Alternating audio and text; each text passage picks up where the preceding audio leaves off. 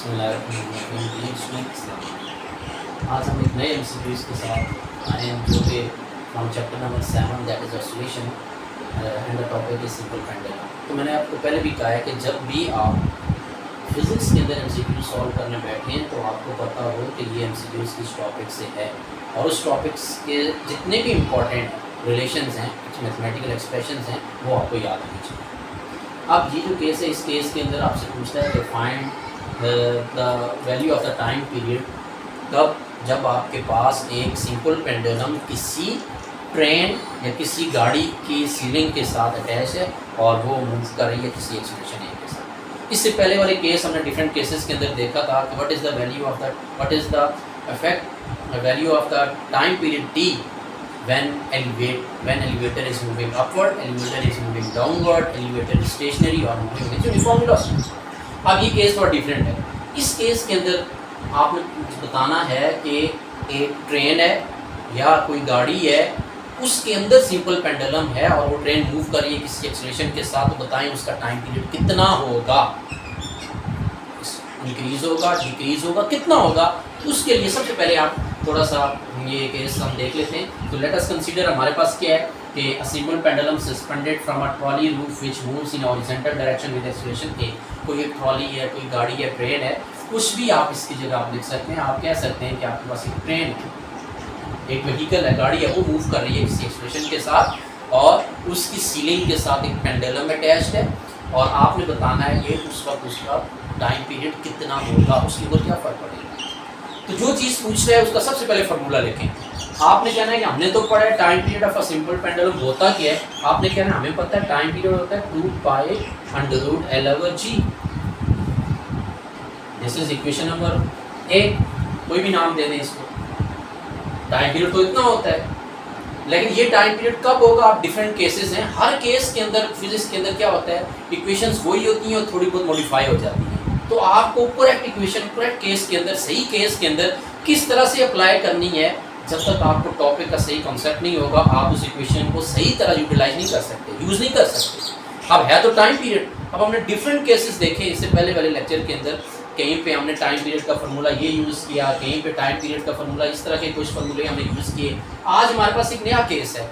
इस केस के अंदर हमारे पास क्या है कि एक ट्रेन मूव कर रही है और उसकी छत के साथ एक सिंपल पेंडुलम अटैच्ड है। तो अब हमने बताना है कि what is it's time period, उसका टाइम पीरियड कितना होगा और वो कौन से फैक्टर के ऊपर डिपेंड करता है। तो इस केस के लिए हमारे पास क्या है, तो आप कहेंगे लेट अस कंसीडर, हमारे पास एक कोई भी ट्रॉली ले लें, ट्रेन ले लें। लेट अस सपोज ये आपके पास एक सिंपल सी ट्रॉली है, ये हॉरिजॉन्टल मूव कर रही है इस तरह से, इस डायरेक्शन के अंदर मूव कर रही है विद एक्सेलरेशन ए। अब ये ट्रॉली है तो इस ट्रॉली का वेट होगा, इसके ऊपर दूसरा एक्सेलरेशन एक्ट करेगा जो किधर एक्ट करेगा, डाउनवर्ड, और उसको हम कहते हैं acceleration due to gravity G.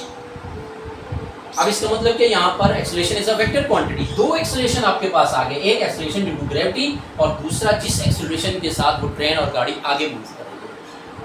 अब इसका मतलब कि हम कौन सी एक्सेलरेशन की वैल्यू लेंगे, ये वाली वैल्यू लेंगे या ये वाली वैल्यू लेंगे।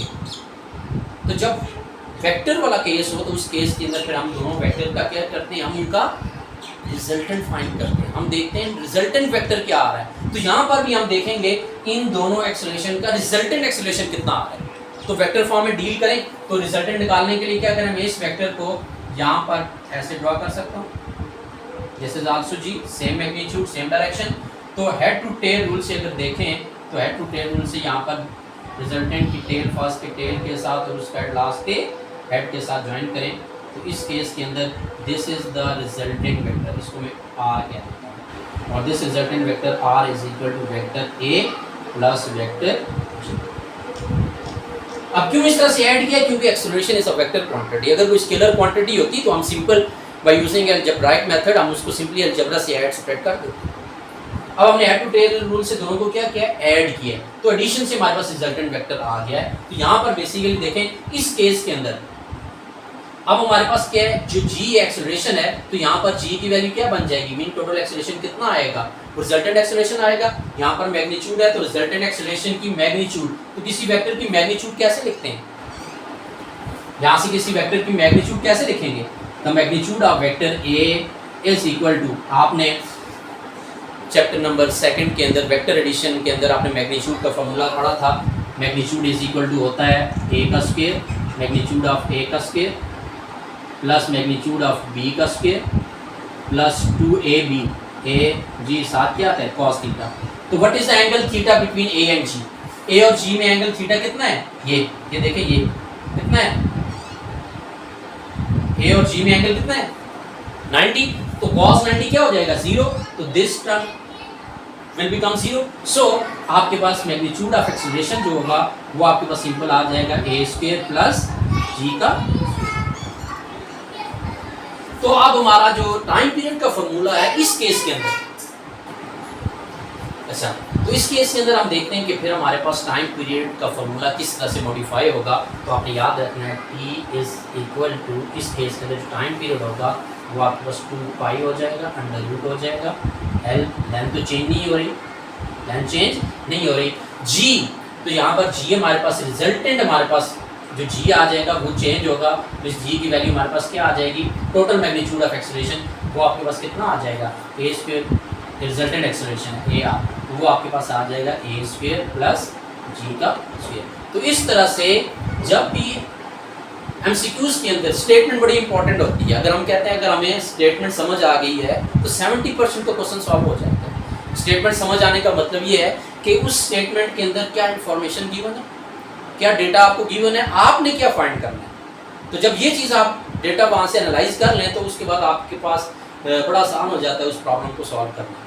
तो अगेन मैं हमेशा अपने स्टूडेंट्स को ये कहता हूँ कि जब भी फिजिक्स के अंदर आपने कोई भी न्यूमेरिकल प्रॉब्लम वगैरह सॉल्व करना है तो उसके लिए सबसे पहली बेसिक चीज़ क्या होनी चाहिए? आपको पता हो कि ये एमसीक्यूज किस टॉपिक से है और उस टॉपिक से रिलेटेड जितनी भी इंफॉर्मेशन है वो आपको पता होना चाहिए, वो सारे फार्मूलाज आपको पता होने चाहिए और उन फार्मूलाज को यूज़ करके आप क्या कर सकते हैं? वैल्यू फाइंड कर सकते हैं। सो इस केस के अंदर अब हम देखते हैं कि आपके पास a simple pendulum suspended from a roof of a train और trolley which moves in horizontal direction with acceleration a, the time period of a simple pendulum is. तो इस केस के अंदर आपने देखना है एक ट्रेन के अंदर है तो सिंपल पेंडुलम कितना आएगा? 2 pi under root l over a square plus g square. So which is option number D is correct. तो ये इसका ऑप्शन नंबर डी करेक्ट है ऑप्शन। थैंक्स।